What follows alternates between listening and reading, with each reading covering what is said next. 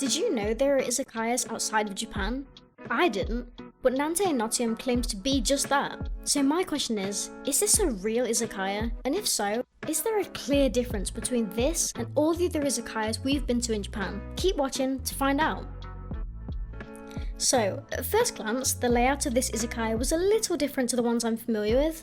It was more like a normal Japanese restaurant. That's not to say there aren't izakayas in Japan with this sort of layout, I think there are. I personally just love smaller izakayas with the seats curved around the counter and limited seating as it feels more intimate to me. We were instantly greeted with a "irashaimase," which was really exciting. It's a small thing, but it makes a huge impact. So I noticed a couple of things that would have made this even more traditional. One of which is in Japan you actually get a free green tea ready and waiting at your table, which I've always found to be such a kind gesture, and in the UK this barely ever happens. Secondly, I think adding an otoshi would be really cool. In Japan there's usually a table charge, so they serve you a small dish at the beginning of your meal, and to be honest, I don't mind paying for this. I love surprises. Another thing that would really add to the illusion you're in Japan is having a better menu. Japan are really artsy, and look at their menus. It doesn't cost a lot to add a few drawings, and not only does it give you more of an idea what you're ordering, but it looks adorable. It's this attention to detail that makes you want to revisit, in my opinion. They also have specials on the wall, which is awesome, and a sake of the month on the table. Gutted we didn't try it, but I definitely think they could add a proper drinks menu to the table, so it's easier to see all of your options. We want highballs and sours, and we want them now! So, of course we started with chicken gyozas, a classic. To be honest, just by looking at them, I can already tell this isn't my personal preference. I love soft dumplings with an extra crispy bottom. I enjoy a combination of textures, and for me to really appreciate these, I need a lot more gyoza sauce. But if you're a crispy gyoza fan, these are 100% for you. Next we tried chicken karaage and takoyaki, both of which I really enjoyed. In fact, these were my favourites. The coating on the karaage was different to what I'm used to. I was expecting like a bubblier texture, if that makes sense. Nevertheless, it tasted super juicy and tender, and I honestly can't fault it. Surprisingly, I prefer this takoyaki to the one I tried in Japan. It was more cooked in the centre, and that's how I like it. In Japan, all the filling just sort of flopped out onto the plate. It was pretty mushy in the middle. Let me know in the comments. Japan, is this how you enjoy it? Is this how it usually is? Also, Nan Tei, come on, be generous. Give us more octopus, it's the star of the show.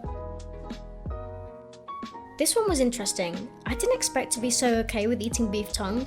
This isn't a common dish you'd find in the UK, but to be honest, it was pretty good. I found it to be a little bit chewy and overly salty for my liking, so it's not something I'd order again, but I'm glad that I tried it. I'm convinced this is the Asian version of a British classic, cheese on toast. Not sure if that's what they were going for, but to me, I couldn't help but be reminded of it. And to be honest, I'm not a fan. Too dry and a little bland. I'd choose the cheese on toast I grew up with over this any day. Now there's something I never thought I'd say. I'm normally the first person to roast British food. Lucas loved this though, so don't listen to me. Try it, you might like it. This one was pretty nice. I mean, there's not really much I can say about it. There wasn't too much flavour. It's definitely not something I would rave about. It didn't really make me go, wow, I need to order this again. And I think if I had to choose between this and the karaage, I would definitely choose the karaage. This is just a standard chicken yakitori, perfect for someone who's new to Japanese food maybe. I guess it's an easy one to dip your toe in the water with, but it's also not that adventurous. But if you like things plain and simple, this could definitely be the one for you. I just wanted a little bit more flavour. Don't order this, it's a plain mushroom. Lucas ordered this, not me. I tried to warn him, but he didn't listen. I mean, I know why he did it. He was expecting like a stuffed mushroom, like the one we tried in Japan, with the mincemeat and the cheese and things, and it was absolutely delicious, but it did not say that on the menu. Don't be a fool like he is. Unless you just really love mushroom. I mean, go for it, I'm not gonna stop you. Again, something Lucas really enjoyed, but I unfortunately did not.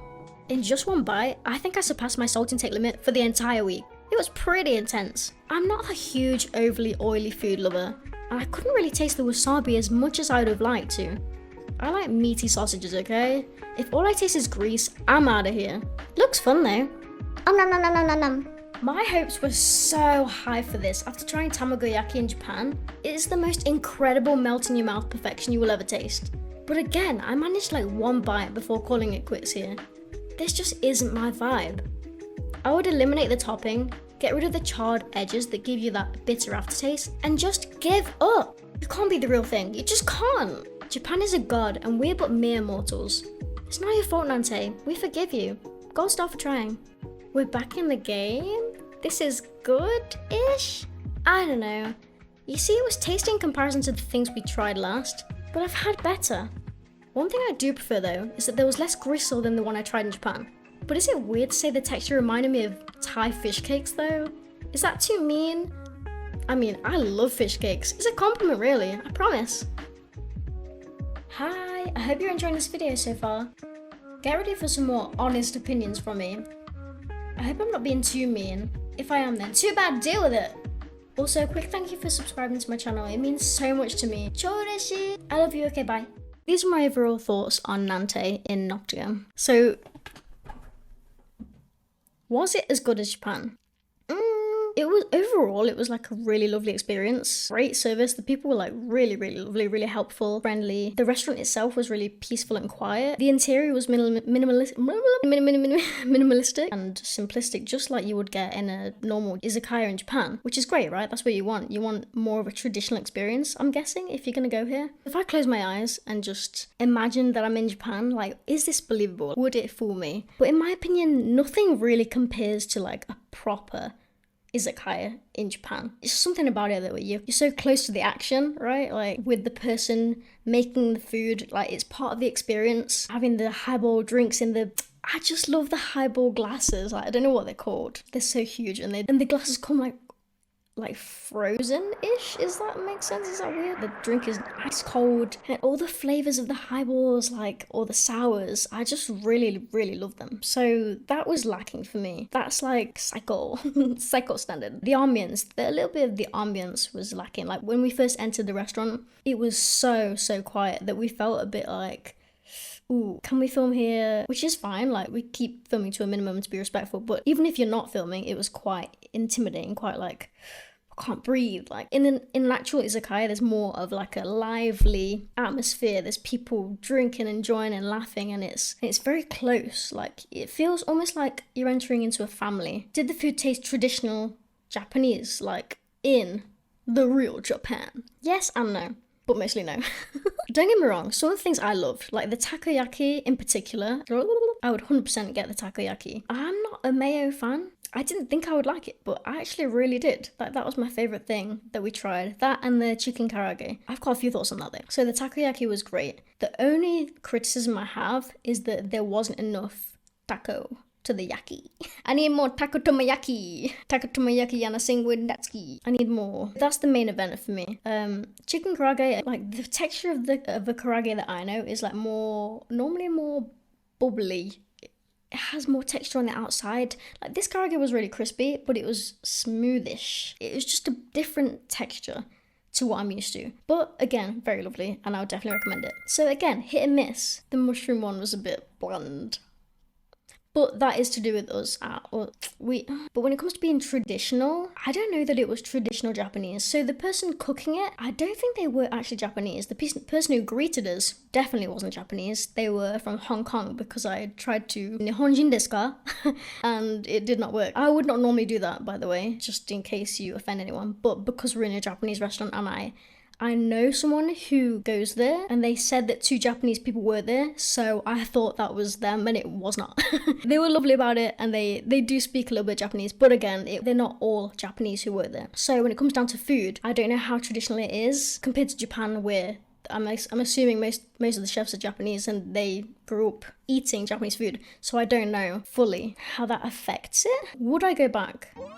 Maybe. It really depends. I think now that I've been, I've got a feeling for what I like and what I don't. So I think that's a good thing. So maybe watching this video will help you decide what kind of things you would like and what things maybe you should give a miss. There was one dish that was like tofu skin and cheese, I think it was. And it was a little bit odd. Like, tell me in the comments if you're from Japan or if you've been to Japan. Is this a thing? I've never seen this before. Like, to me, it reminded me of something very British, which you might not expect. It reminded me of cheese on toast, like the Asian version of cheese on toast. I don't know if that's just me, but I mean, let me know in the comments if you tried it. Lucas enjoyed it. There's some interesting choices like that you would get in Japan, like beef tongue. We went to an izakaya in Japan and we tried pork rectum and pork, I don't know if we tried pork tongue, but we tried lots of different pork things and it was really interesting. And again, even in Japan, some things aren't to my taste. What do you say? Kuchi awanai? Kuchi ni awanai kedo? Chotto kuchi ni awanai? I don't know how to say it, but not everything's gonna be to your taste, and that's just the way it is. Like, So how's it taste? overcooked.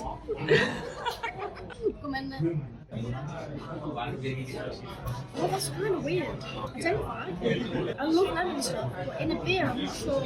Yeah. This is just my opinion and my experience, but I encourage you to try this restaurant out anyway, because one thing I do really like about this is that it's less westernized, like a lot of more popular, more well-known places in the UK that you've probably already heard about. So you get more of a traditional experience. So that is what I liked and what I didn't. I hope you enjoyed this video. Please subscribe and like below if you enjoyed, and I'll see you in the next one. Bye! Mata ne!